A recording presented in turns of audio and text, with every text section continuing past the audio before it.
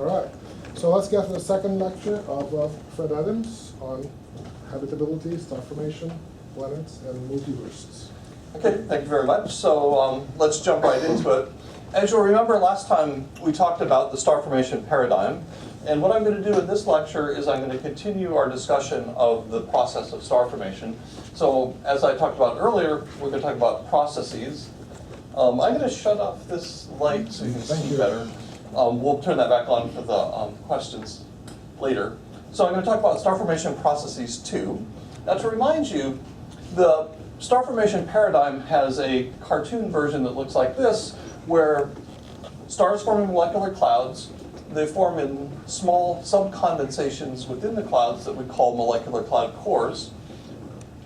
These cores form by magnetic diffusion and other processes that we talked about in probably more detail than you wanted last time. They evolve until they reach a centrally concentrated state where they undergo dynamic collapse and enter into this protostellar phase. We have a star and a disk that's surrounded by an infalling envelope of dust and gas. And then this stage evolves to this stage where an outflow develops, and eventually the star and disk separate itself out from the environment, and you have a star-disk system. So that's the paradigm. Last time we talked a lot about the core formation stage and the collapse phase. What I want to talk about today is this set of things. The first thing is spectral energy distributions. What does that mean? That's the amount of energy that comes out of each wavelength.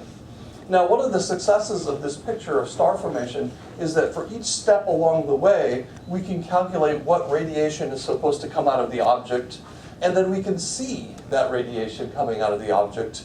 And the physical models we use to predict the radiation looks a whole lot like the radiation that we see. So we actually have some confirmation of each step of the way.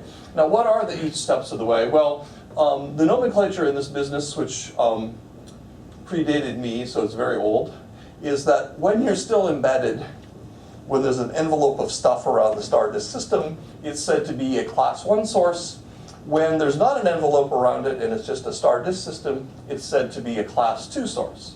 So I will tell you a little bit about the spectral energy distributions of both class 1 and class 2 sources. And then I want to spend the second half of the talk talking about disk physics. Because as we talked about last time, when we talked about collapse flow, I made the point that most of the material that ends up in the star actually falls first to the disk and not on the star directly. And that means that disk physics actually runs the star formation process. And as we've heard about in bits and pieces in different contexts already, the disk physics also sets the stage for the planet formation process. So if we want to understand both star formation and planet formation, we have to absolutely understand disks.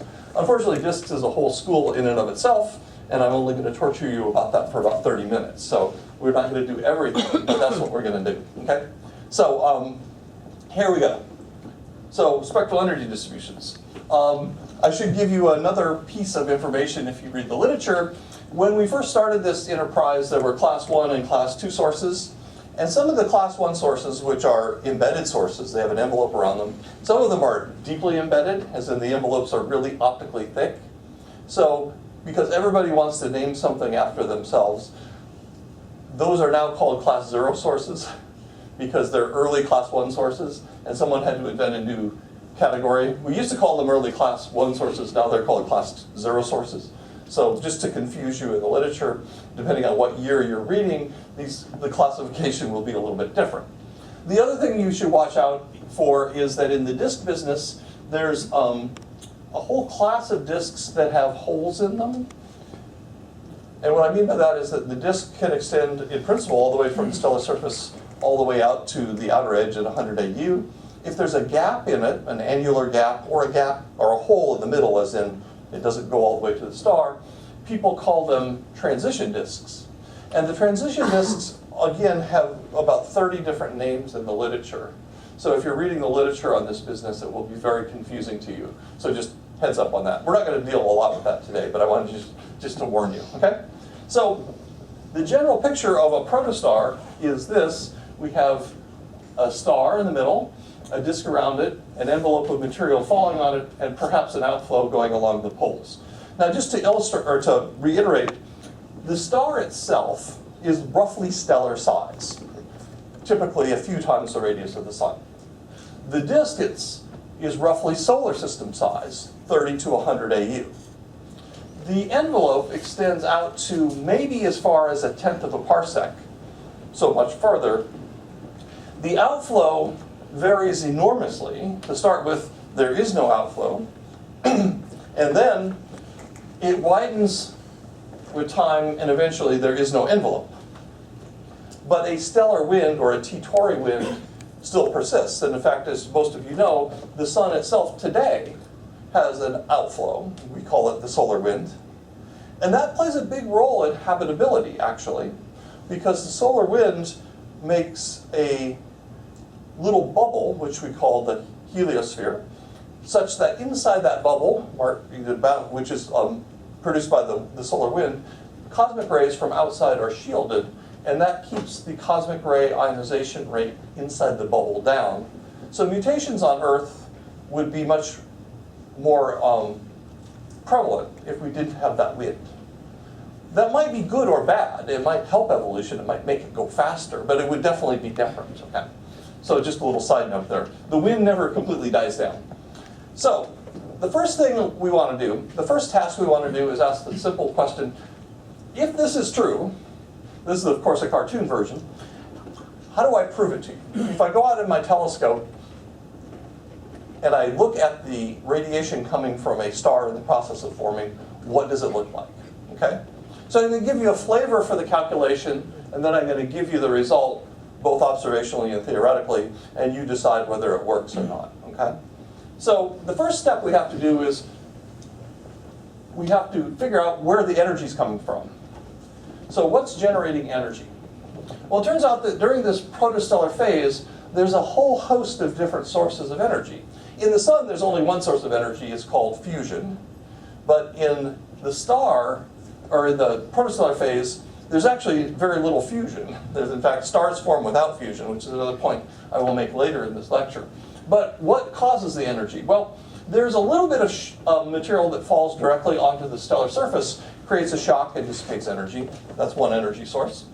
There's material that lands onto the disk surface, creates a shock, and generates energy. That's the second contribution to the energy. There's mixing luminosity on both the star and on the disk. When this material falls in from far away, it doesn't know when it hits the disk that it's supposed to have the Keplerian rotation rate appropriate for a disk. It's going to be at some other velocity. So when it hits that disk, it's going to move around within the disk such that it conserves its angular momentum and moves deeper into the gravitational potential well, thereby dissipating more energy. Okay? And then, as I said many times, and I will say many times again, most of the material actually lands on the disk, so the disk has to funnel that material from the disk onto the star. That process is generically called disk accretion, and that generates a whole lot of energy. Okay? So there's a whole host of different energy sources, and we have to account for all of them. What you need to know, first and foremost, is that you can write all of these as a multiplication or multiplicative factor in front of this equation here. The sort of base rate of protostellar luminosity is G m dot over r. What does this mean? Well, if you're just dropping a particle from infinity onto the stellar surface, the rate at which you do it is m dot, dm dt. M is the mass of the star at a given time, r is the radius of the star at a given time. This quantity sets the depth of the potential well. This tells you how much stuff is coming in. This is sort of the maximum luminosity you could have. If you had a perfectly spherical infall where everything's coming into infinity and everything's hitting the star and shocking there and dissipating all of its energy, this would be the maximum luminosity. So each one of these luminosity contributions can be written as a fraction of this base benchmark.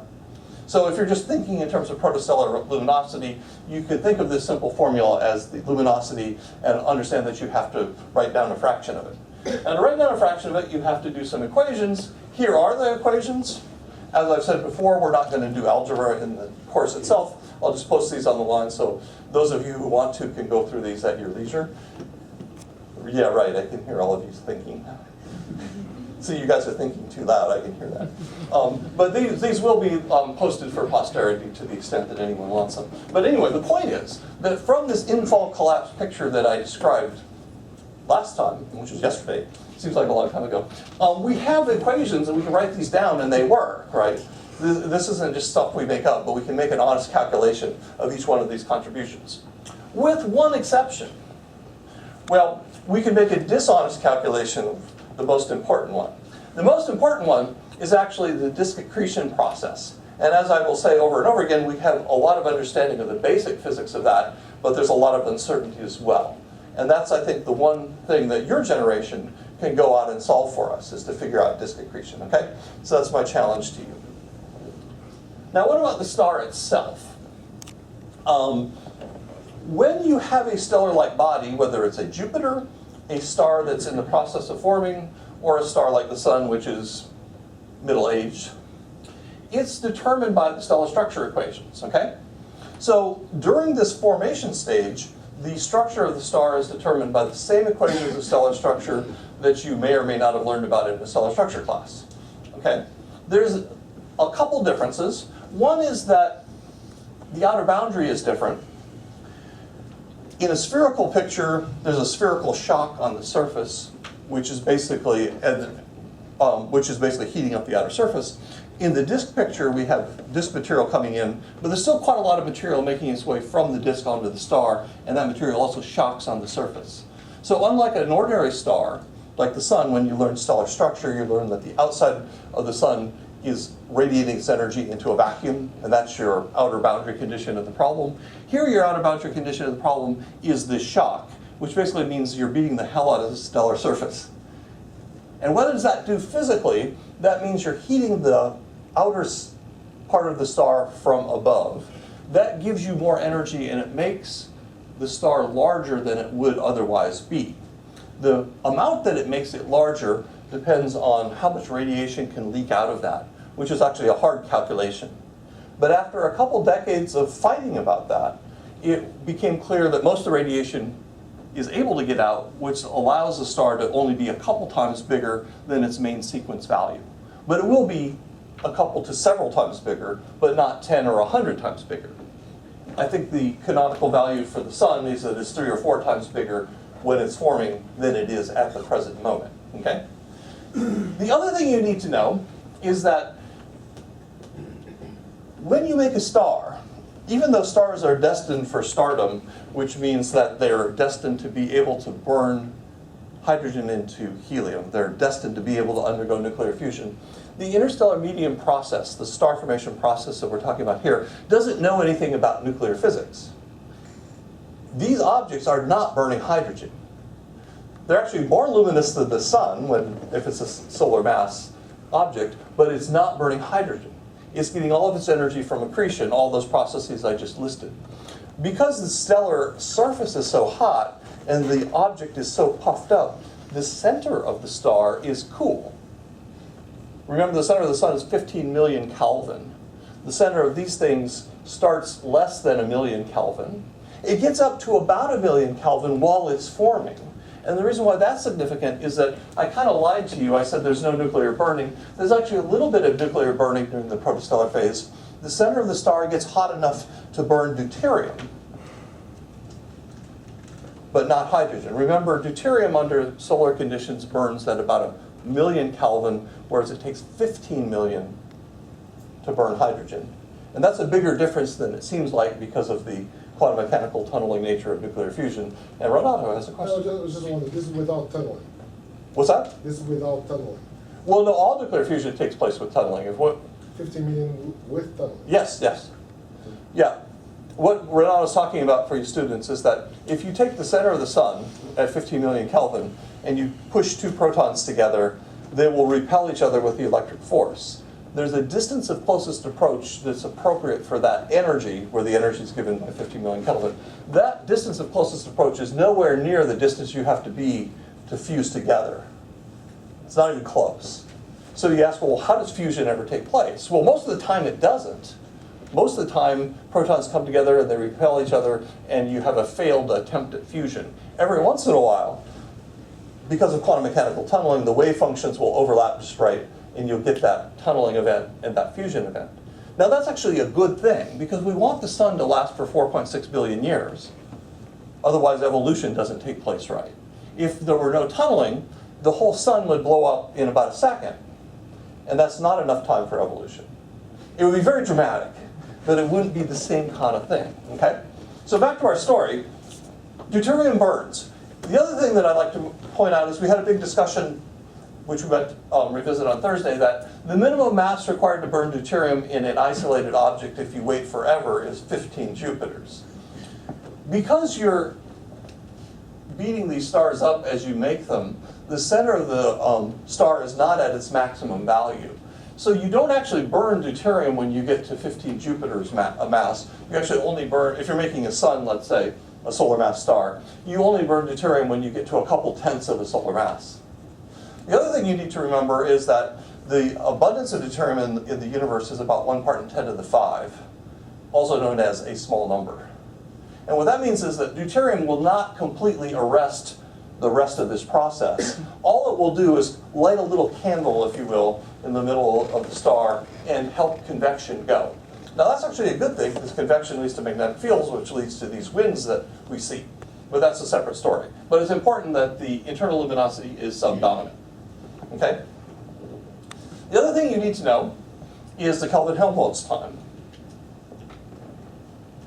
For you students, you'll notice that there's about 30 things in astrophysics and physics named after Lord Kelvin. They often have a different name associated with it. Here it's Kelvin-Helmholtz. And the reason is that lets us keep them all apart. Otherwise, there would be 30 Kelvin laws, you have to realize. Okay? It's the same Kelvin that is why we measure temperature in Kelvin. And the sun is at 15 million Kelvin. Okay? But what matters here is that the Kelvin-Helmholtz time is the time it takes for a star to radiate away, through its luminosity, all of its internal gravitational potential energy. Now what does that mean, and why do we care? That's the time it takes for the star to adjust its internal structure. So, if you use a 1 solar mass star, a 1 solar radius star, and a 1 solar luminosity star, that time is about 30 million years. Now you can put in slightly different numbers, but the point is that if you have solar-type stars, which are what we're interested in here, the Kelvin-Helmholtz time is of order 10 million years. Now Lord Kelvin actually didn't know about nuclear fusion, although he knew about just about everything else. But this was a century before, okay? And he wanted to power the sun, and he figured out that the sun would only last for about 10 million years if it had to live by gravitational contraction alone. We now know that there's nuclear fuel that lets it live for 14 billion years. Actually, it's more like 12 billion years, okay? But anyway, there still is a gravitational contraction phase at the beginning, and that time scale is still 10 million years. The other thing that you need to remember from yesterday's lecture is that the time it takes to make a star is 1/10 of a million years. Now you'll immediately realize that 10 million years is longer than 1/10 of a million years by about a factor of 100.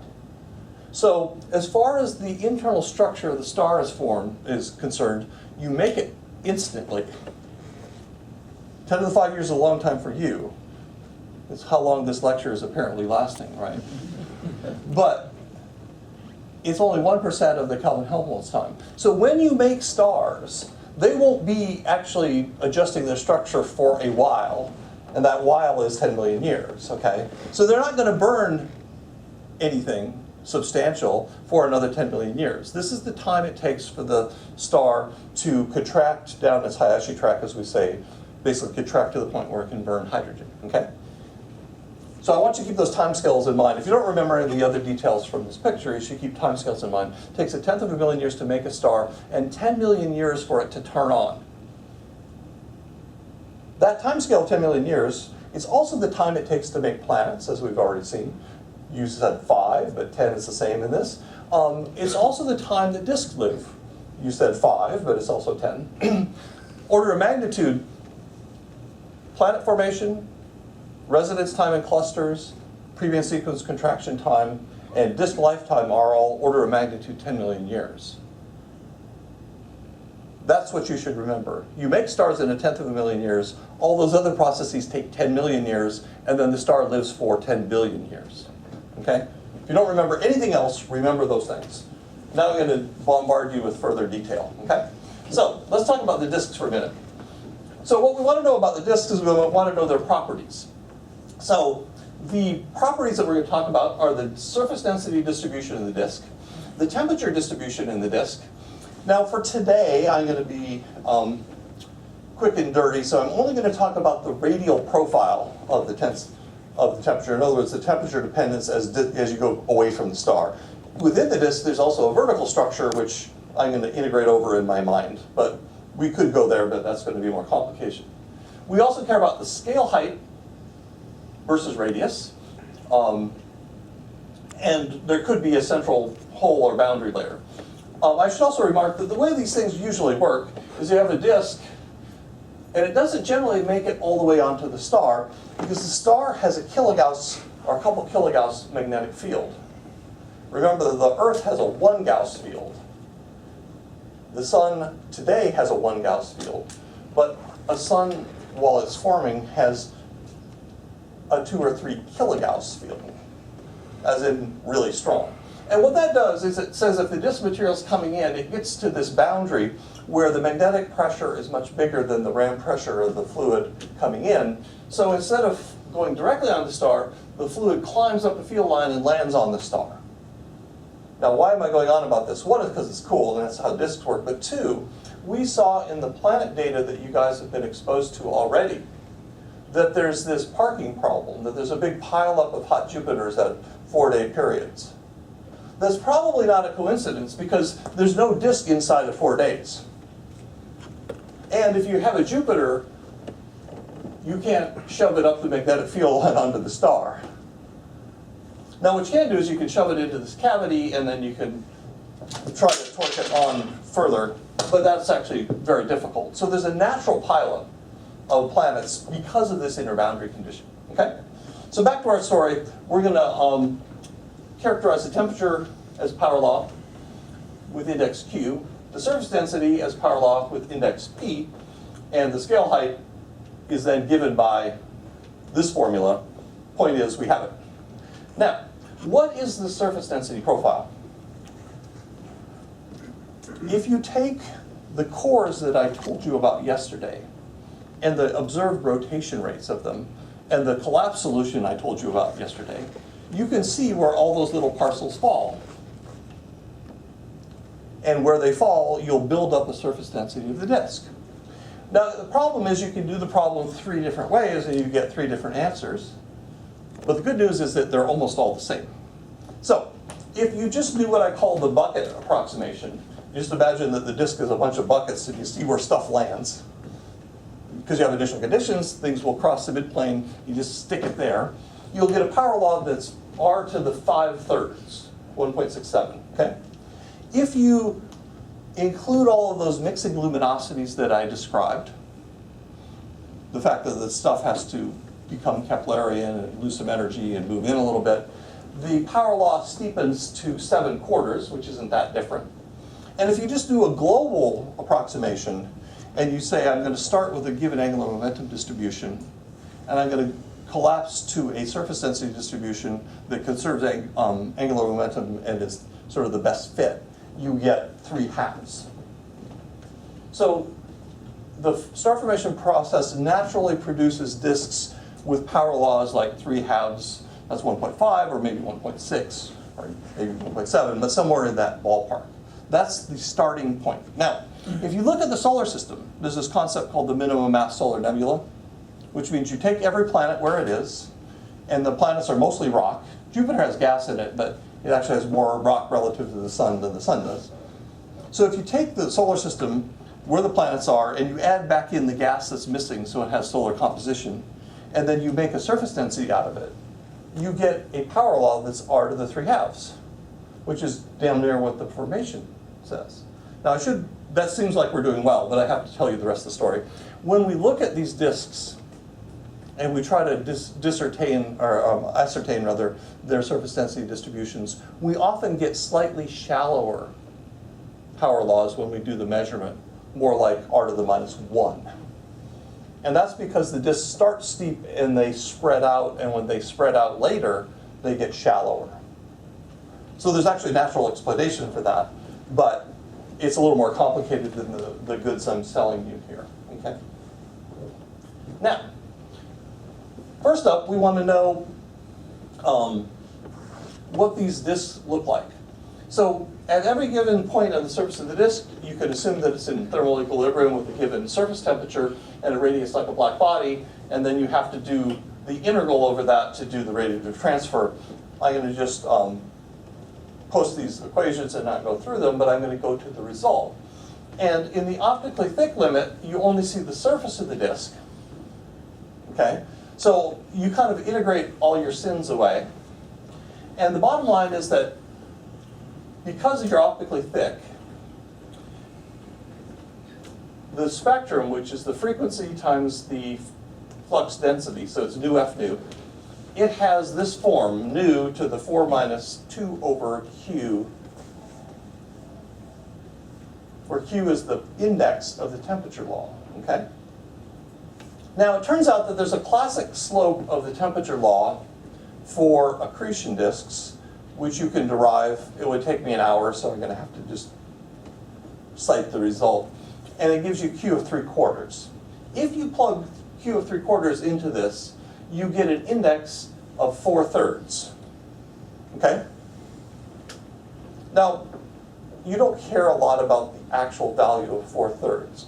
But what you do care about is that for a perfectly optically thick disk, for a given temperature distribution, there's a clean transformation between that and the slope of the spectrum, which I'm going to show you in a couple slides. Okay?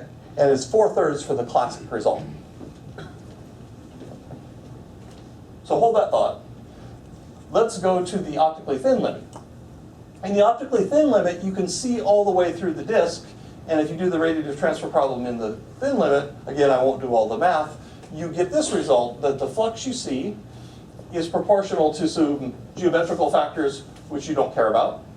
The Planck function evaluated at the outer disk temperature, the opacity, and the mass of the disk. Okay?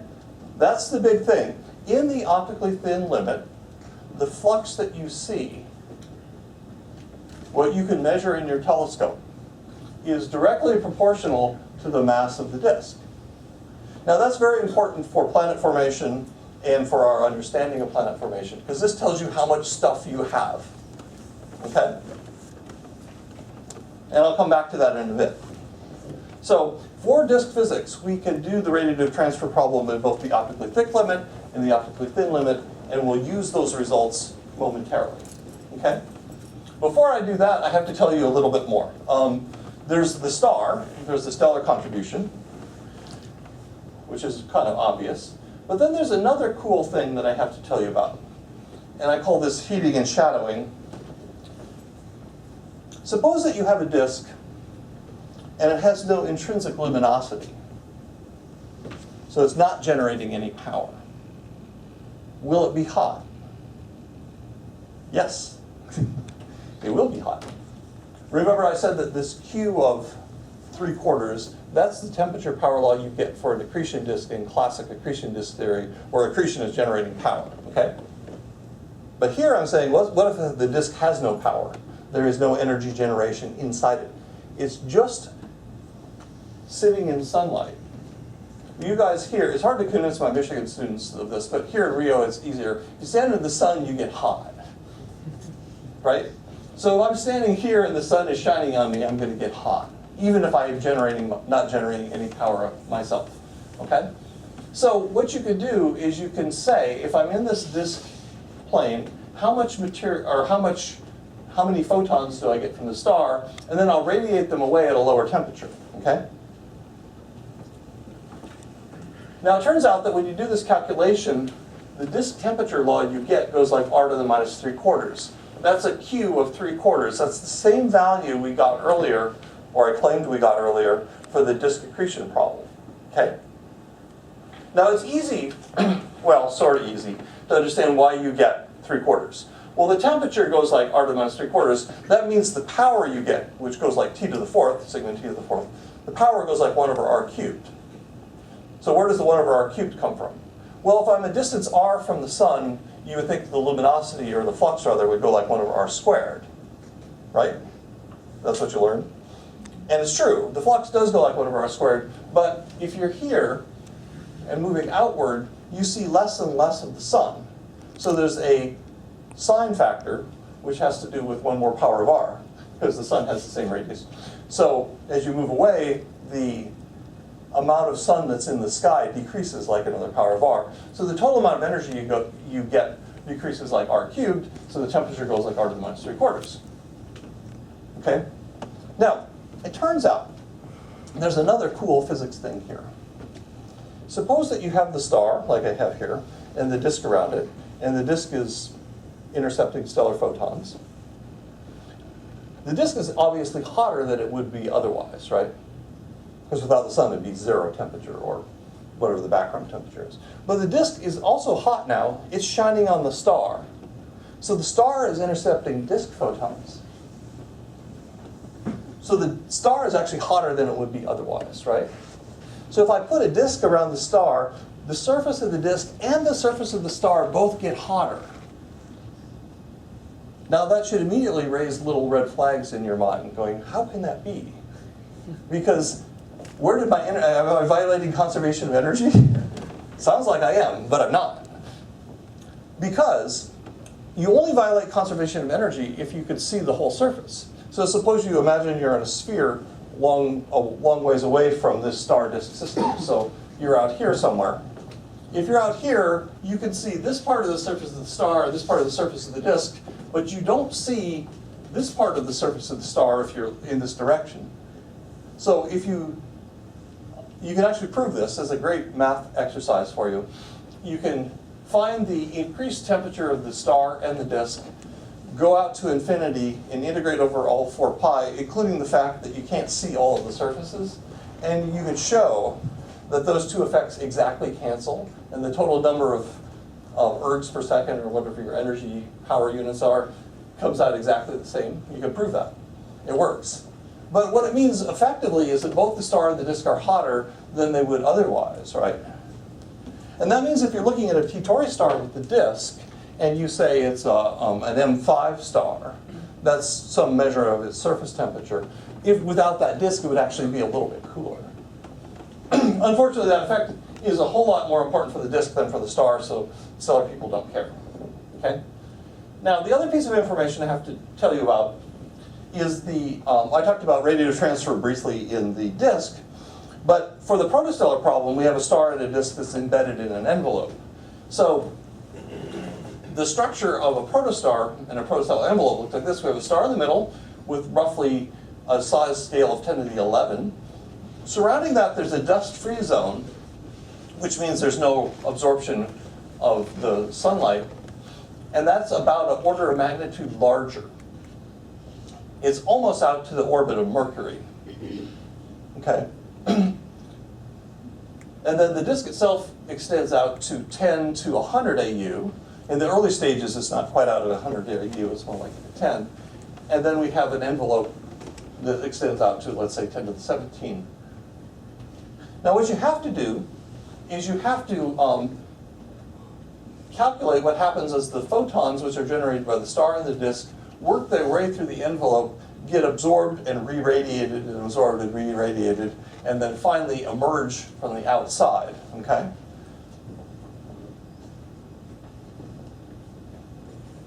Now, I'm going to really gloss over the details of how you do this calculation, but the one point I want to point out is the following. When you do radiative transfer, as I'll show you in the next slide, a one-dimensional problem is really a two-dimensional problem, and a two-dimensional problem is really a four-dimensional problem. What do I mean by that? Well, how do we actually solve this radiative transfer problem? Well, what you do is you imagine you're here, the star's here, that's the origin, and you're at some point out here, and you want to know what radiation is coming through this point. Well, in order to do that, if you want the radiation coming, let's say, in this direction, you have to integrate back in the opposite direction all the way out to infinity. And you see that the radiation that you have at this point will depend on the radius. which is a spatial variable. It will also depend on which direction you integrate along back on. If you integrate along this ray, you come closer to the star. If you integrate along this ray, you come further from the star. So the specific intensity, which is the radiative, which defines the radiation field, for a spherical problem depends not just on r, but r and some angle. If you then had an axisymmetric two-dimensional spatial problem, then it would depend on two spatial variables and two angular variables if you have a four-dimensional problem. Now there's this theorem that says four-dimensional problems are a lot harder to solve than two-dimensional problems, right? So when you do two-dimensional or four-dimensional radiative transfer, it gets messy really fast, okay? Just to warn you, students. Nonetheless, even with 1980 level computers, we could do this. This is what I did my thesis on. So this is a plot from my thesis. This is a protostar where I did the radiative transfer calculation that I briefly outlined, and this is what you get. There's three different treatments of scattering, which is why there's three curves here, and this was the data that we had circa 1987, and you can see it doesn't look too bad. So even with 1980s computer, you could do this. Now, since that time, that was a long time ago, these models have become more and more sophisticated. So 2 decades later, they look kind of the same. This one's actually plotted backwards, but relative to the one I just showed. But nonetheless, we get good agreement. So what is the point here? In order to do these models, we took the collapse flow that I described yesterday to set the density distribution. We used that collapse physics to determine the energy generation. We took that energy generation and did the radiative transfer problem of those photons diffusing through that collapsing envelope. And after all of that, we found protostellar spectral energy distributions that look like the ones that we see in the sky.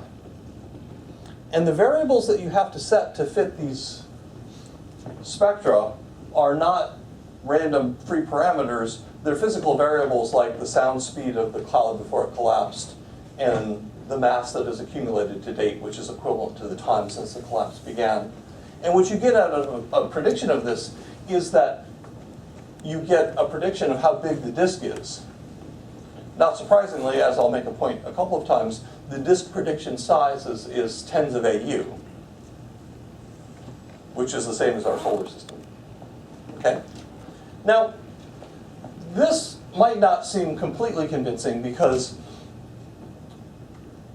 to do this radiative transfer problem, we're integrating over the entire structure. And as you know, when you integrate over something, you can kind of hide your sins. It kind of averages out over all your mistakes, right? So we can now reach in and we can do emission maps of these protostars. Remember, these protostars are physically 10 to the 17 centimeters or so in size, depending on exactly what stage you're in. Now, what does that mean in terms of observations? Well, if you're in a nearby cloud, and all the nearby clouds turn out to be 140 parsecs away, Ophiuchus and Taurus and Serpens are all about that. That's a minute or two, as in an arc minute or two, which is something that's very resolvable with modern radio telescopes, okay? So what you can do is instead of integrating over the entire object, you can put a beam down on this extended protostellar envelope and choose a beam profile, which is some Gaussian, and convolve the radiation field of the background protostar with the telescope beam, and then you can get a scan across that. So we were first able to do this in 1990, where we had crappy data and 5 points. But nonetheless, if you had an unresolved source just following the telescope beam, you get this dotted curve, and then the actual extended source is given by this, the 5 points, and then the theoretical prediction is given by the solid line, which looks pretty good, except it's very low tech, right? So now people have gone off to the races and made exquisitely complicated maps of these things, and they still work. So not only can we get the spectral energy distribution right, we can get the actual spatial distribution of emission right. So we think we understand what the protostars look like when they're forming. Let's now go to the case where they're done forming, and we just have a star in the disk, okay? So there we have the two limits, the optically thick and optically thin limit that I described earlier. So here I'm showing the simplest source that I found long ago. If you just had a black body from the star, you would follow this dotted line. If you have a black body with a disk with the classic 4/3, well, it has a classic temperature profile where T goes like Q, R to the minus Q, and Q is 3/4, then you get a spectral energy distribution where it goes like nu to the 4/3. That's exactly what this does. Here's another one where it does that. It follows the 4/3 law, and then there's a little bit of extra stuff out here. In fact, what you see sometimes is that it follows the 4/3 law, and then out here there's a whole hump of far infrared emission. What this hump of emission represents is the residual infall material that hasn't been completely blown away yet. Now, these graphs are almost 30 years old. People have now taken this to ridiculously detailed heights. And one of the effects that I want to tell you about is that everything that I just showed you did the simplest possible calculation, or made one important simplification anyway, that the disks were spatially flat. What happens in reality is that for sufficiently powerful sources, the radiation will heat up the disk and make the scale height bow a little bit. So instead of having the disk be flat, they curve up. And because they curve up, when they intercept stellar photons, they intercept more. Clearly, if they curved around in a circle, they would intercept all of them. They don't curve that much, but they do a bit. So how much they curve depends on how much radiation you get, but how much radiation you get depends on how much you curve. So Peter Goldreich realized that he needed to do a self-consistent calculation of what I just showed you, and this is the result. What it means is that for enough flaring, instead of going down like 4/3, you get more of a flat spectrum in the extreme sources. So some of the extreme sources have nearly flat spectral energy distributions. And when you read the literature on disk physics, you'll see people talking about flat spectral energy distributions. This is what they're talking about. And the reason they're flat is that you take everything I just said and then you add to that the fact that it's not flat. The fact that the disk is not spatially flat is what makes the spectral energy distribution spectrally flat. Got that? Now, there's a bit of warning here. When you make these models to fit disks, you could get disk properties out, radius, mass, etc. And I'll tell you a little bit about that in a little bit. But there's a serious uniqueness problem here. When you're in the optically thick limit, there's not much you can do. The calculation gives you what it gives you. You're kind of stuck with your answer. But when you have optically thin emission, basically you're seeing all the disk, you're seeing all of the envelope. So if you make a model, you can add a little bit more disk or a little bit more envelope to compensate. And there's more than one way to fit the spectrum. There's more than one way to fit the spectral energy distribution. So when you're reading these things, even if you see a very good fit, if everything is in the optically thin regime, you should ask yourself the question, is this a unique solution? And it's possible that it's not. So that's just a warning. Next up, if we're doing stellar evolution, everybody, I think, does stars anyway, knows about the Hertzsprung-Russell diagram, or the color magnitude diagram, where you plot the temperature on one axis, backwards, of course, because it's astronomy, and the power on the vertical axis, right? That's what we do. So what do you do for a protostar? Because a protostar has not just one temperature, it has this whole big extended atmosphere with lots of temperatures. So there's not really a single photosphere. The power is, in fact, well defined. So instead of plotting the power versus the temperature, one way to do it is to plot the power versus the optical depth of the envelope. Because the optical depth of the envelope tells you basically how wide it is. It also sets what color it is, and it also tells you what evolutionary phase you're in. Because as the protostar evolves, it evolves from a very thick, optically thick envelope to one that's optically thin. I'm plotting this here in units of visual extinction, which is basically the column density times the opacity at visual wavelengths.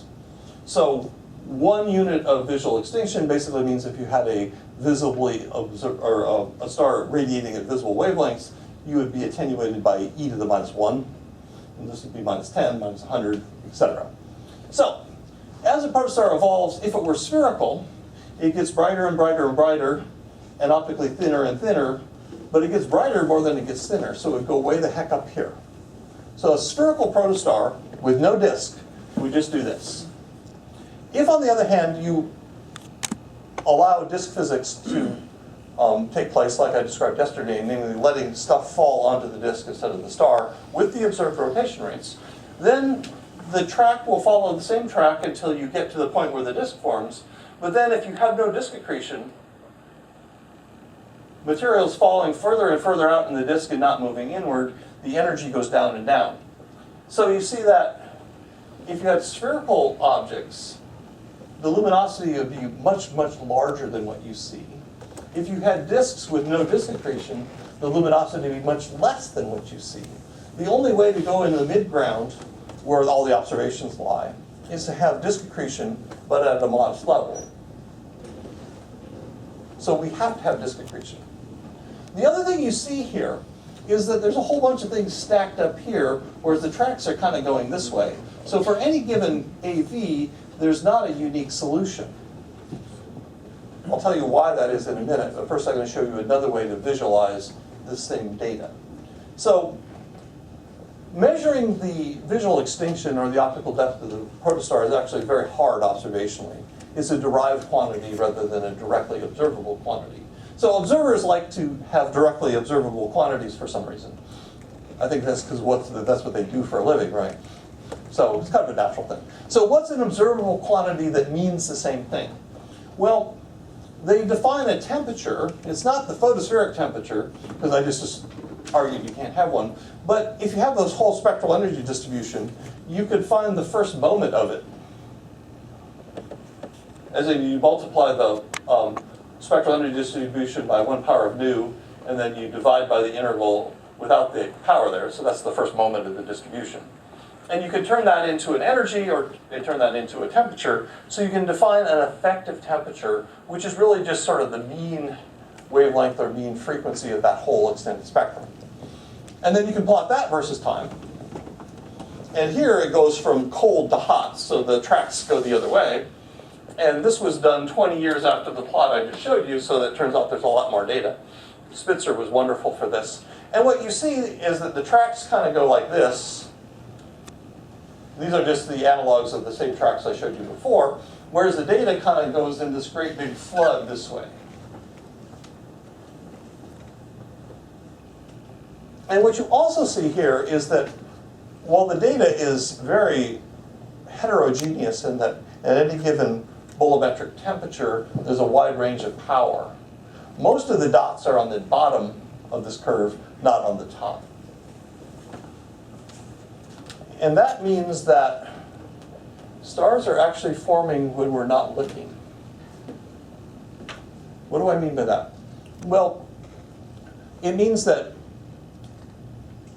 on average, when you look at the output, the power output of the star that's forming, it's too dim. But at the end of the day, the star has the mass that it's supposed to have. So what we think happens is that the disk accretion is not steady with time, but rather it's episodic. So what happens is that the infall collapse that I told you about yesterday dumps material onto the disk. The disk gets heavier and heavier and heavier. Once it's heavy enough, it will undergo gravitational instabilities, or something else, but gravitational instabilities work, adjust itself quickly to stability, dump a lot of material onto the disk or onto the star relatively quickly, and then it will be quiescent for a while. Okay? Now, these phenomena are actually called FU Ori phenomena because there's a famous source that was discovered in the 50s called FU Ori where it was observed in real time to outburst. It became about a factor of 10 or 30 brighter from one day to the next. And then it stayed that bright for the next couple of decades. So at the time, people said, this is cool, but they had no idea what it was. But in the 80s, we figured out that that was a disk outburst.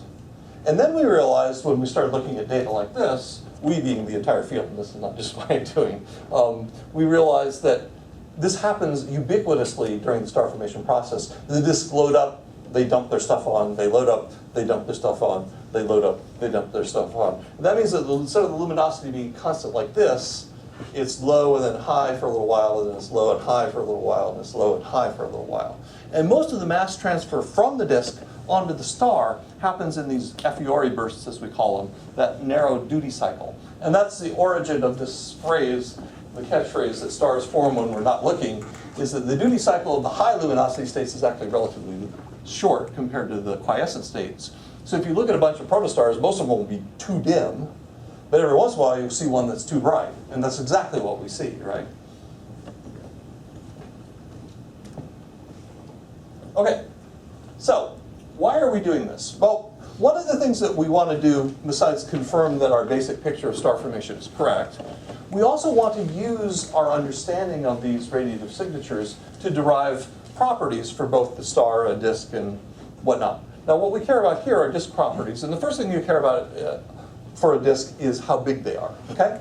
So just from this picture I've told you today, from the old school results, we can make the prediction, in fact we did, that disks around stars will be ubiquitous and solar system size, okay? Now there's a whole host of different reasons why they're solar system size, okay? First is, if you take the core that I described, and you take its angular momentum profile, and you ask, how much can I let it collapse and still conserve angular momentum? The size of the product, as we talked about yesterday, is about 30 AU, or 100 AU, solar system size, okay? If I take the actual infall collapse solution that I described with all those equations that we glossed over yesterday, and I ask, what is the centrifugal radius, the radius to which stuff falls, I get the same value, about 30 AU. If I look at the class 1 spectral energy distributions that I just showed you, I actually don't have a very good picture of one here. Oh, here's one. There's sort of a lowest temperature. And then after you get to a lowest temperature, the spectral energy distribution falls. So this corner of the spectral energy distribution defines the lowest temperature, which defines an outer disk radius. When you fit these things, the number you get falls in the range of 10 to 100 AU. Now when we look at the this is for class 2, I'm sorry.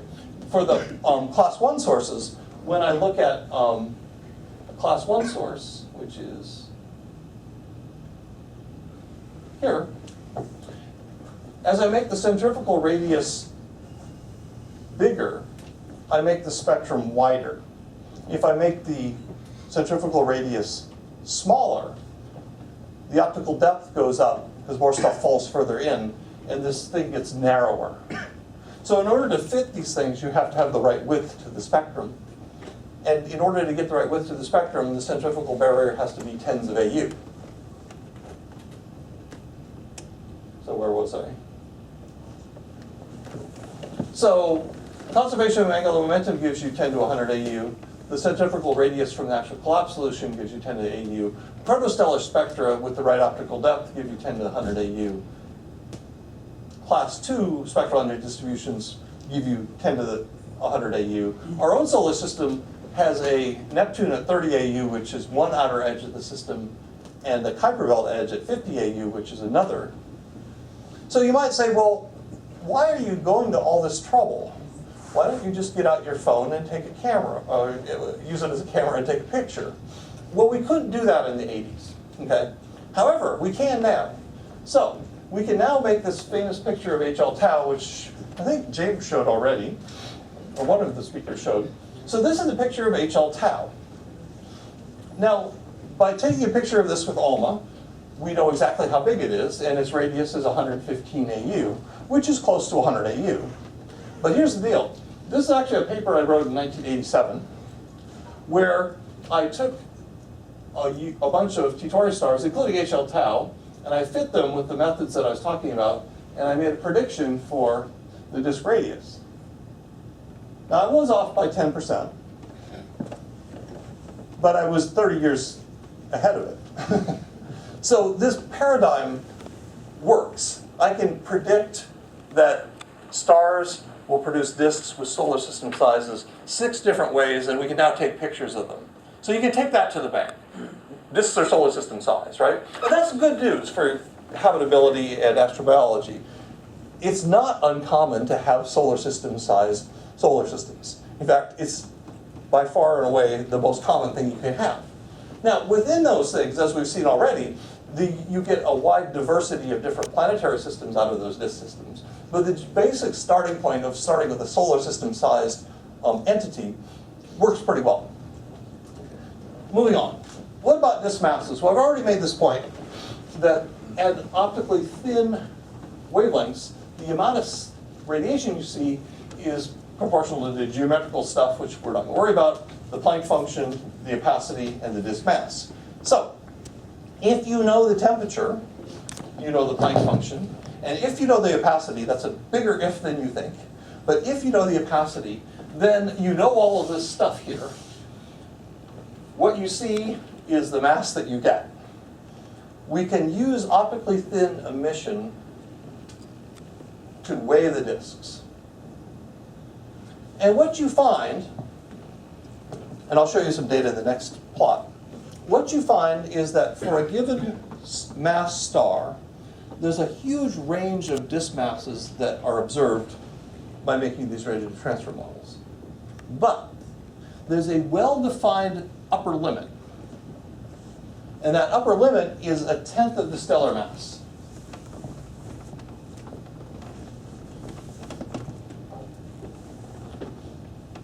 So here is a plot. I couldn't find a plot that's exactly on point. Here we're plotting m dot instead of m as a function of mass. But since the disk mass you have to have is equal to the disk accretion rate times the age, and these are all the same age, this is actually a proxy for mass. And what you see is that there's a nice linear relationship between m dot and stellar mass. As in the upper envelope of all these points has a nice, well-defined limit. And if I convert this from m dot to m by multiplying by a time, the maximum disk mass is 1/10 of the stellar mass. So the picture that we have in mind is that the maximum mass you can retain in the disk and not dump it all out to the star is about 10% of the stellar mass. But once you've done that and you have a isolated star disk system, there's nowhere to go but down. As in the disk mass is only going to get smaller. It no longer has a mass source, it won't get bigger. So once you make a star of a certain mass, it will start on this line and it will go down. And the reason why there's not more points down here is that they're too faint to see. So we expect that if you had perfect observations, you would fill this all the way down. Okay. Now, there's one important caveat. In making this transformation between the radiation you see and the disk mass you think you have, we need to know the opacity. That's the cross-section of interaction of radiation per unit mass. At the optically thin wavelengths of a millimeter, or sub-millimeter, but usually a millimeter, we're safely optically thin. We can measure the temperature pretty well, but the opacity is uncertain. It's uncertain at the factor of 5 level, maybe 3. So it's not crazy bad, but it's not ideal, okay? So anytime you see a mass estimate, you have to say, well, you probably use the opacity. I might want to, depends whether they used a high or low one as to whether the mass will be high or low. If you use a high opacity, you get a lower mass. If you use a low opacity, you get a higher mass because they're proportional to each other. But you always have to know what value was used. And that introduces about a factor of, I would say, 3 uncertainty into what I just described. Or if you put it in the middle, it's a factor of 2 up or down. So we don't know these disk masses perfectly, and of course then they plummet after they're made. But you should keep that in mind for any single disk observation. I said earlier that there's these transition objects that have holes in them. In the interest of time, I'm just going to move on, because we have about a half hour left, and I want to talk about disk physics now. So, We're going to now do a brief overview of disk physics. So, again, disk physics could be a whole course, and we want to do this in a half hour. But to boil it down to its essence, there's two important processes, okay? The first is gravitational instability, and the second is viscous accretion. So what do I mean by those? Well, if you have a disk that has sufficient mass, then the gravity will produce structures in it, and I'll tell you about that in a minute, and those structures will produce torques which will move stuff around, thereby leading to disk accretion. And if those gravitational instabilities get out of hand, instead of moving stuff around, they will collapse and make secondary bodies. Those secondary bodies could be stars, they could be planets. I'm going to argue they're brown dwarfs, they're in between. But we could fight about exactly what that means. But they could form secondary bodies, okay? Now, once the disk has too little mass to be self-gravitating, then it can evolve viscously. In other words, there are processes that lead to an effective fluid friction inside the disk, and that will drain energy from the disk, which means most of the stuff goes in and some of the stuff goes out to conserve angular momentum. What you need to know is that early on, since the star formation process dumps all of the material onto the disk to start with, the disk has no choice but to get heavy, to get fat. And it's fat and happy, and it will undergo gravitational instabilities readily, okay? Because remember, we're forming the disk on a 1/10 of a million year time scale. The viscous accretion time scale is at least a few million years. Point being, a few million is longer than a 1/10. So while you're forming the star, the viscous spreading effects have no chance to work, but the gravitational instability does. So the other thing you need to know is that when the disk is as heavy as the star, the gravitational instabilities will be rampant. They will readjust it on the orbital time scale. But then as you make the disk mass smaller and smaller and smaller, it will happen slower and slower and slower.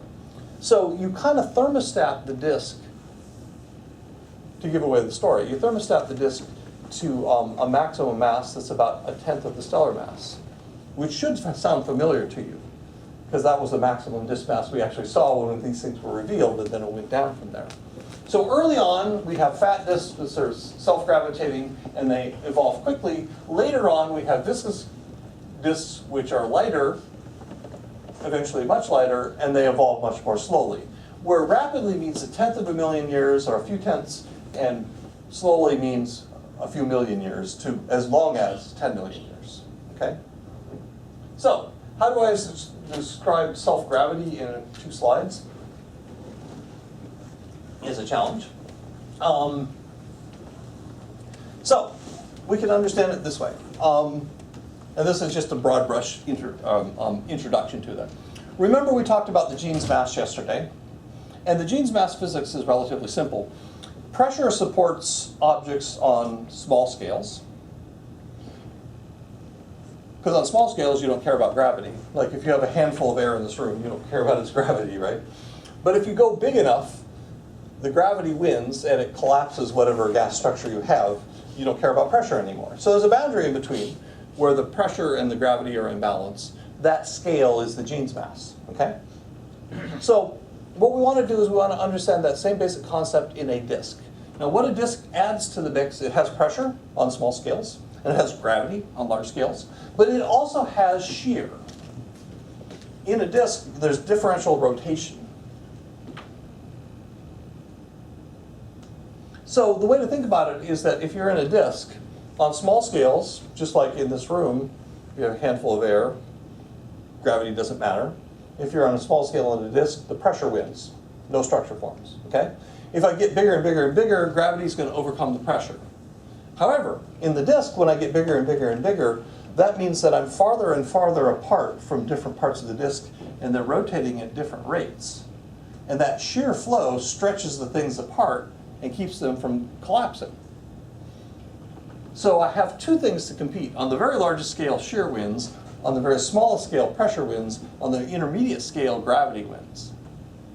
And that's what this equation here means. It's the dispersion relation for a disk. It's just like the Jeans ones we saw yesterday, except that I have a shear term, which is the epicyclic frequency. For a Kepler, that's the perturbation frequency of something perturbed around a Keplerian orbit. But for a Keplerian rotation curve, this is the same frequency as the Keplerian rotation. So it turns out that in order for the waves to have a sweet spot where there is a realm of gravitational stability, this ratio of parameters has to be less than 1. And basically what it means is the sound speed, which is pressure, and the epicyclic frequency, which is shear, they're on the top, and g times the surface density, which is mass, which is gravity, is on the bottom. Gravity has to win against both of these things in order for this to be less than 1. So if you have a disk that's heavy enough that it has a Q value of less than 1, then gravitational instabilities will set in. And if you don't, then you won't have gravitational instabilities. So this is a very simple way. It doesn't seem that simple, but it's as good as I got for today. This is a simple way to understand when you have gravitational instabilities and when you don't. This actual form is sort of the too simple version for axisymmetric distributions. It turns out that if you actually look at a disk system, what do you see? When you look at a galaxy, what do you see? What do you see? What do they look like? Do they look axisymmetric? What are they called? What are spiral galaxies called? Why are they called spiral galaxies? Because they have spiral arms, right? They're not axisymmetric. They have spiral patterns. So it turns out there's a spiral here. That was your hint. I guess that's behind the thing, sorry. But the point is that spiral patterns are actually even more unstable than the axisymmetric ones, so you get even more bang for your buck than I'm talking about. Okay? Now, long story short, because I'm rambling here, if you want a star disk system with the typical sound speeds and the Keplerian rotation speed and the value of g we have in our universe and so on, this amount of mass you need in the disk to make Q1 is about 1/10 of a solar mass. Now, if Q is a little bit bigger than 1, like 2, even though axisymmetric perturbations won't grow, non-axisymmetric ones, spirals, will still grow, but they'll grow slowly. The bigger you make Q, the more slowly they'll grow. Once you make them grow so slowly that it's longer than 10 million years, you don't care anymore. Okay.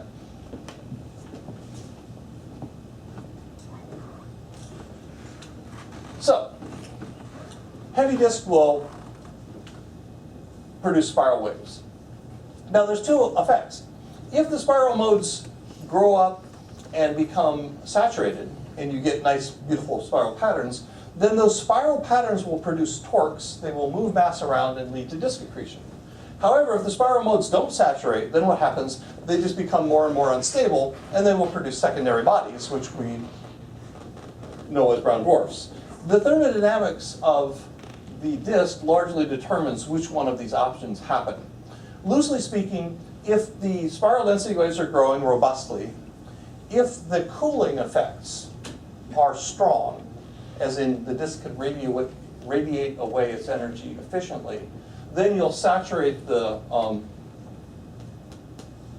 torques and you'll get disk accretion. No, I'm sorry, it's the other way around. If you cool efficiently, you can keep getting rid of energy and you produce secondary bodies. If you can't cool, then you'll saturate and you'll produce accretion. Okay? Now, this is pretty complicated, just to illustrate that. Here's one picture of saturation. So suppose I have a two-armed spiral. You see this is a spiral pattern. So I have a star disk system with a spiral pattern in it. And it's got a nice, if you look at it, you can kind of see it's a two-armed spiral. So this is the m equals 2 mode that's growing with time. This is the power in the mode as a function of time. And you see that the m equals 2 mode is growing. And what happens in this simple disk, this is like the world's simplest disk, it's susceptible to 0, 2, and 4 modes, as in azimuthal wave number 0, which is azimuthally symmetric, 2-arm spirals and 4-arm spirals. And it's a simple disk in that the other ones don't play much of a role. So when the disk first becomes unstable, the m equal 2 mode grows. But the m equal 2 mode couples to the 0 mode and the 4 mode. And the reason is simple. If you have cosine theta, cosine squared is 1 plus cosine 2 theta. So you automatically couple to something that's twice as big and 0. And that's all there is to it. It takes like, if you read this paper, there's like 80 pages of math. But it boils down to that one simple trig identity. And what you see is the m equal 2 mode grows like this, and then it oscillates. The m equals 4 mode grows until it's comparable in strength to the 2 mode, and then it oscillates. So this is just a case where the disk saturates. And if you were to look at a movie of this, you would see that the spiral arms are not just rigid arms, but the spiral pattern kind of comes in and out of existence, but there's always a certain two-ness to it. As in, it has sort of like 2 units, even though they're not always the same units. It's kind of like watching the waves on the ocean. You see waves, but they're not really the same waves from one moment to the next, but they're sort of the same waves. Well, these are spiral density waves, so they actually act a whole lot like waves and do the same kind of thing. But in this case, they saturate. In other cases, they don't. So if you cool later, you can get secondary bodies to form. Now, if you start with a very compact star disk system during the early phases of protostellar collapse and you dump a lot of material onto it early, then you can fragment early.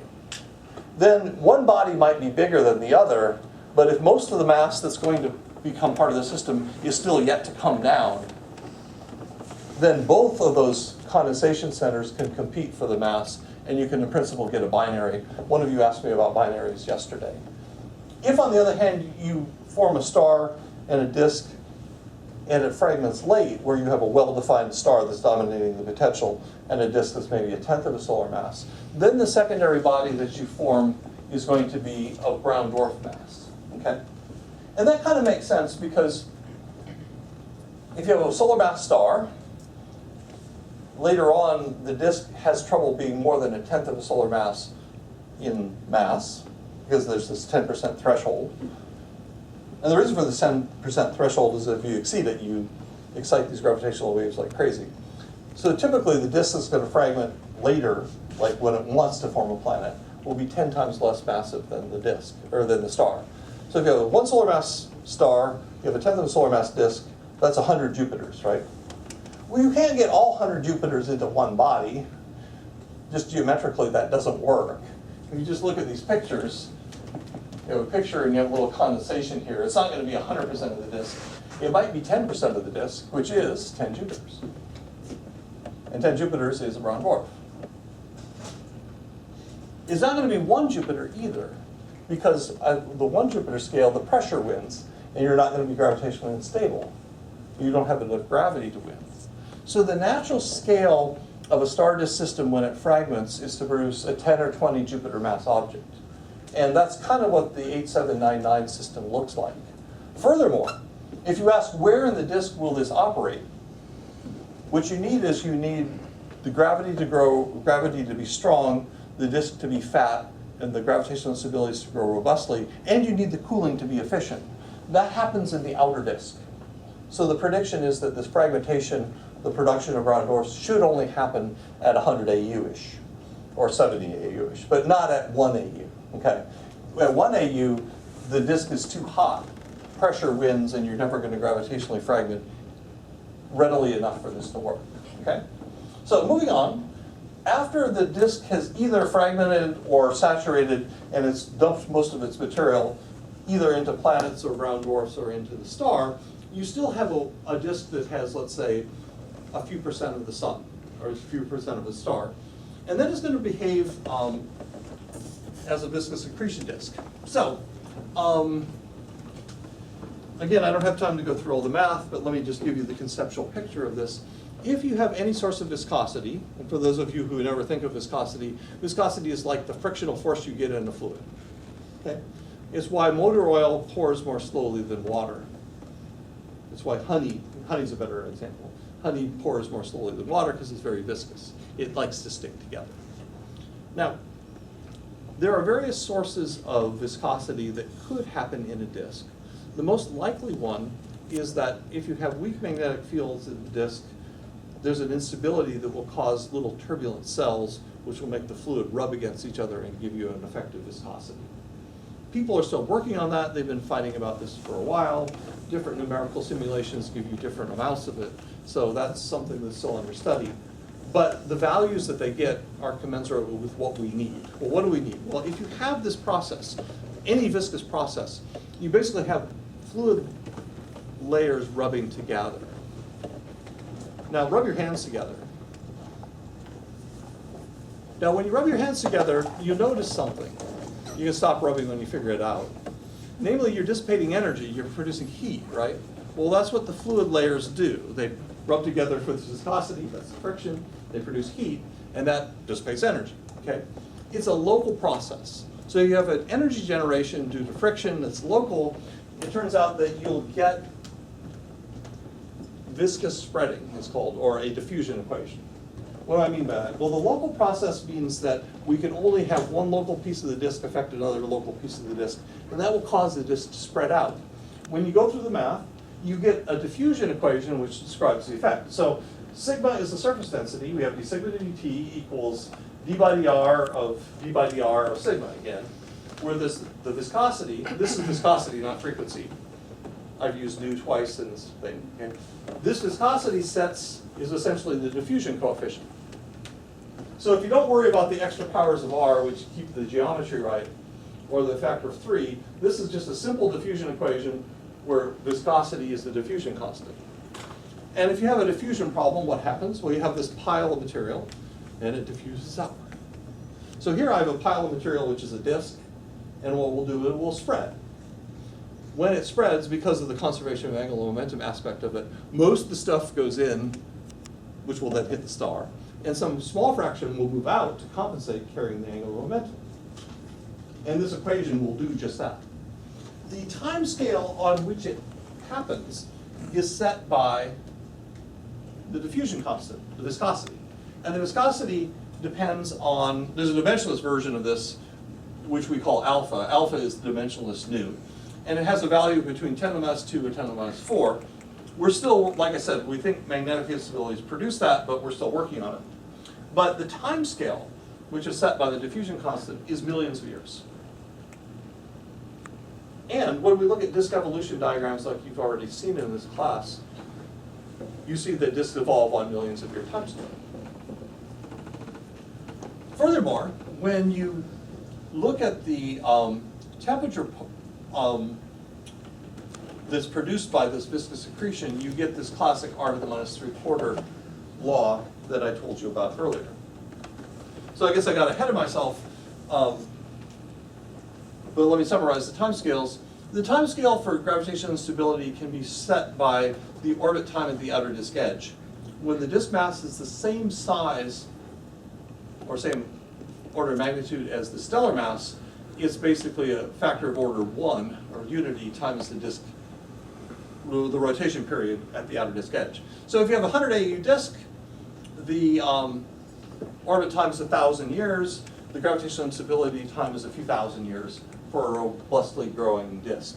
As you make the disk smaller and smaller in mass, this factor goes up and up and up, and instead of having a few thousand years, you have many thousands of years, and once you have 1,000 years, you're out of business, okay?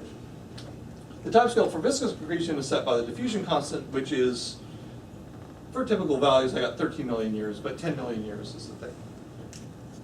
So early on, we have gravitational instabilities acting. They automatically shut themselves off because their very action removes mass from the disk. And once that mass is too small in total, they can't operate. But then viscous accretion can play a role, but it happens on a much longer time scale. But eventually, the disks go away. Now, at that same time, again, we have like 10 million years of disk evolution. We have to form planets in that time, okay? So let me spend 3 slides on planet formation now. We've heard about planet formation. We've heard about 2 different ways to make planets. There's core accretion and gravitational instability. Well, I just told you about gravitational instability. I said you tend to form brown dwarfs and not planets, but you can call them planets if you want. The point is you form objects that have a typical mass scale of 10 to 20 Jupiters, okay? But that's how gravitational instability works. How does core accretion work? Well, it works this way. There's 3 phases. You start with solids. So whereas the gravitational instability picture is basically forming planets from the top down, the core accretion paradigm is forming things from the bottom up.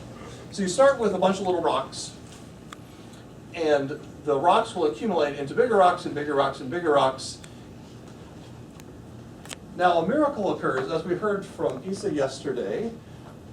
Making dust grains into asteroids has to go over the size scale that's about this big. And we're not sure how to do that yet. But she talked about that at length, so thank you. I'm not going to talk about it other than to mention it's a problem, but I'm going to ignore that problem because we know planets form. Okay, so we have lots of asteroids and things bigger than a meter, so we're good. So somehow those rocks pass the meter barrier, and they become bigger and bigger and bigger and bigger rocks. So phase 1 is just the accumulation of rocks, okay? Phase 2 is once you have a rock that's big enough, and big enough depends a little on details, but roughly speaking, we're talking 10 Earths, maybe 15 Earths, maybe 20, but probably 10 or 15. Once you have a rock that's that big, it can start to accrete gas. So you have phase 2, where you're accreting both more rock and gas.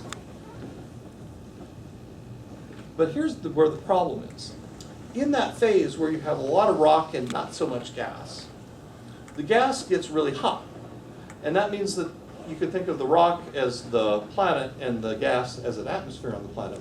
And the atmosphere gets really big, as in physically large. Not large in mass, but large in radius. And if that atmosphere is too big in radius, what happens? Well, if it's so large, it can be bigger than the Hill sphere.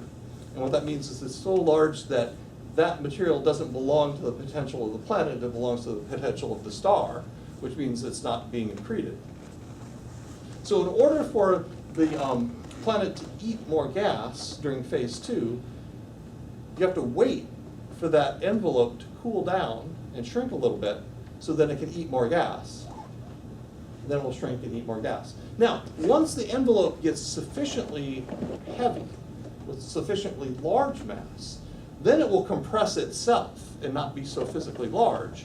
And then you have a heavy, small thing, a big rock with a heavy, small atmosphere on it. And then that takes us to phase 3, where the planet can accrete gas like crazy. And then it will run away, it will eat itself out of business, okay? And that's how the core accretion paradigm works. Now, in the interest of time, I have some equations that describe each of these processes. So during phase 1, you basically have to accumulate rocks, and there's equations that describe how fast that occurs. During phase 2, we have a rock with this atmosphere on it. The physics of the atmosphere is the same physics that was set by the equations of stellar structure. So it's kind of like a stellar structure problem, but it's a weird stellar structure problem where I have a great big rock in the middle dominating the gravitational potential and a relatively wimpy actual stellar material that's obeying the stellar structure equations. But nonetheless, the gas has to obey those stellar structure equations. And as you remember from your stellar structure classes, or not, one of the key things is the transfer of radiation out of the body. And if this transfer of radiation is too slow, then it takes a long time for that object to cool down enough to eat more gas to bring more mass in. So the process is slow. But once you get to a certain mass, as I said, the core and the envelope collapse and you can eat things rapidly. So what you can get out of this is something like this. There's phase 1. Well, here I'm going to plot for you the total mass, the mass in gas, and the mass in rock, which is the core mass. So to start with, we have all core, and the core just accumulates, and accumulates for some fraction of a million years, typically, and then it will reach this 10 Earth mass threshold where it will begin to accrete gas. So the gas mass slowly grows. The reason why this curve is so slow is because of this cooling effect, that we have to wait until the gas cools to eat more. Then once you reach a certain threshold, you just eat mass like crazy. And then the final mass is set not by the physics of the body itself, but rather by the physics of the disk environment it finds itself in. Basically, there's a feeding zone, as we call it, where the planet will eat everything in this annulus that it's orbiting around. And once it's eaten everything in this annulus, it's done, because there's nothing more to eat. The details, of course, are a little more complicated than that, but that's the basic idea. But what you should have in mind here is that there's 3 phases: rock accumulation, a long cooling phase, and a relatively quick runaway accretion phase. The other thing you should keep in mind, and this is the crux of the matter, in this particular simulation, it took 8 million years. So, pre-main sequence lifetime, the gravitational contraction lifetime, the Kelvin-Helmholtz lifetime is order of magnitude 10 million years. The disk lifetime, the lifetime over which disks retain their gas, is of order 10 million years. We saw that that was the viscous accretion time. We also saw from observations earlier that that's the observed lifetime of disks. After 10 million years, only about 10% of the stars in a cluster still have any disk left. So it's actually not true that they're all gone, but most of them are gone by 10 million years. And now we've seen that in this case it takes millions of years, in this case 8 million years, to form a planet. So if you want to make Jupiter, it's a race. You have to get to this runaway accretion phase here before the disk has gotten rid of its gas through other means. Otherwise, instead of making Jupiter, you will make a failed Jupiter. What is a failed Jupiter, you may ask? Well, you know the answer. His name is Neptune. Neptune. Or her name is Urania, the goddess of astronomy, right? Neptune and Uranus are basically failed Jupiters. We call them gas giants, but they really don't have any gas in them. So we've renamed them to be called ice giants, because they're really made of rock and ice and very little gas. Saturn is a gas giant, it has gas in it. Neptune has no gas. So when you fail to make Jupiter, what you end up with is a Neptune, okay? Now we saw that in the talk from Eduardo before coffee, right? He showed that, well, first of all, before I go there, let me summarize this. So the picture of giant planet formation is that we have this 3-phase core accretion process. Now you can speed up the process in 2 ways. You can use, if the opacity determines how fast the material can cool. So one of the reasons why planet formation was too slow in the past was that people were using outdated opacities. So better opacities work, but if you have a higher metallicity, you have a higher opacity and you can get rid of things faster. So opacity actually helps you. Second, the most important variable, all things considered, is the surface density of solids in your disk. So if you use the minimum mass solar nebula, then it takes basically 8 million years to form Jupiter. But remember, the minimum solar mass nebula is the minimum. That's why it's called the minimum solar mass nebula. It doesn't mean you have to be above the minimum, you just can't be below the minimum. So if you're 2 or 3 times the minimum mass solar nebula in the surface density of solids, you can move the 8 million years down to 3 million years or 2 million years. Point being that the surface density of solid material is the single most important variable for making a giant planet. And that can vary enormously from disk to disk and star to star and place to place, which is why, one of the many reasons why planetary systems vary enormously and show this great diversity. But if you want one knob to turn, your favorite knob should be the surface density of solids, okay? Fred, Yes? you mentioned that the planet, once we get to the stage where it accretes the gas, if we have this annulus hole, you mentioned that it switches off accretion, but can it still accrete from the inner and outer disk through like spiral arms? Oh yeah, well it can, but at this late stage, the spiralness will be largely over. You can still have some viscous accretion into that, but so it's a bit of a race. You can continue to get material into that gap by viscous means, but if you wait 8 million years like that, the simulation I showed you on the slide, most of that activity is also down, as the slide you showed, right? So, which leads me to the slide that Eduardo showed in the talk before break. He pointed out that if you look at M stars and you look at solar type stars, he said somebody should come up with a theory for why they see this certain pattern. What he showed was that the solar type stars have relatively more Jupiters than the low mass stars, the M stars. But the M stars have relatively more rocky planets than the solar type stars. So I don't know about the second one, but the first one is that solar type stars have relatively more Jupiters than M stars. Not only do we understand that, that was actually one of the very few predictions that has actually come true, because in 2004 we wrote a paper with this title, Core Accretion Predicts Few Jovian Mass Planets Around M stars. So the title is exactly a prediction of what he showed before coffee. Now the reason that happens, and the reason that has to be, is what I just said. If you go from a solar type star to an M star, and you believe what I was telling you about disks, that the mass scales linearly, the disk mass scales linearly with the star mass. Basically, your thermostat would only have as much as a tenth.